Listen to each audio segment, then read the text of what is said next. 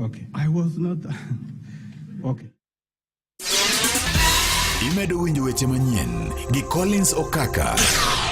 Kamati mar od bura mamalo mabende rango weche mag thieth gi thuolo masani nitiere kaunti ma Uasin Gishu e boma ma Eldoret kama bende gidhi nyime kod timo nonro margi Kenya kaluwore kod chal mar ngima jogo ma ne ochiwo nyarogno magi kanitiere osuptende moko ma itudo kod ohala ma kamano. Jaod bura ma Nandi Hills Bernard Kitur ma bende ne ochiero wach ma kamano kata nochiwo malingling ewi wach ma kamano okoni nyaka sani nitiere neno moromo ma bende tudo osiptalno mar Medihill ma yudore boma ma Eldoret kod ohala no ma bende ne gitayo e tok chik ka bende okoni nitiere rowere mathoth ma odiochieng' ma kawuono dhi chopo e nyimgi mondo mi ochiw neno ma korka korgi kaka ne giuso nyarogno maggi.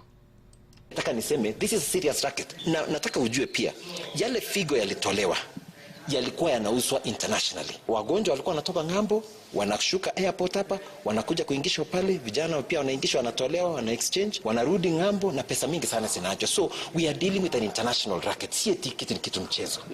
Taa kabisa kulipwa. Kwa sababu nilisema wacha nisaidie wengi kuongea hili jambo kwa wazi. Utaona hao vijana wamedhoofika sana. It is a lost human being. They are like garbage. Hii ni vijana ambao tumewapoteza chipukizi. You will see them. Na ni wengi ambao wamefika hapa siku ya leo.